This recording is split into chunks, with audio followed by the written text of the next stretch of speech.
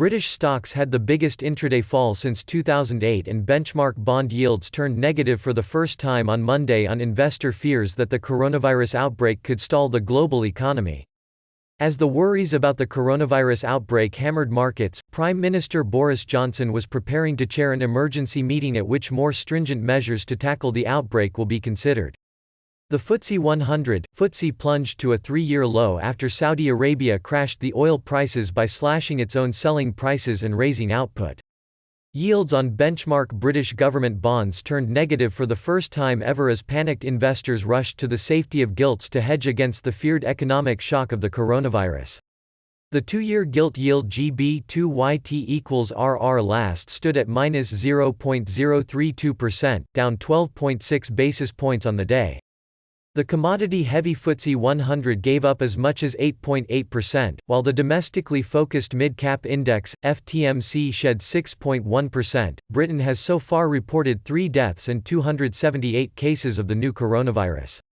The country's biggest retailer, Tesco, has restricted bulk buying of products such as antibacterial gels and wipes, dried pasta and long-life milk. The number of coronavirus cases continues to rise in the UK and around the world. Johnson said, "We are well prepared and will continue to make decisions to protect the public based on the latest scientific advice." The new coronavirus, which emerged in China in December, causes a disease called COVID-19.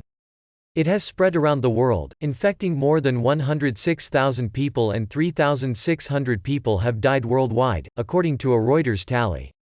Britain's Emergency Scientific Group agreed last week that the virus was likely to spread in a significant way and the government will decide on Monday whether to move to the so-called delay phase of its plan.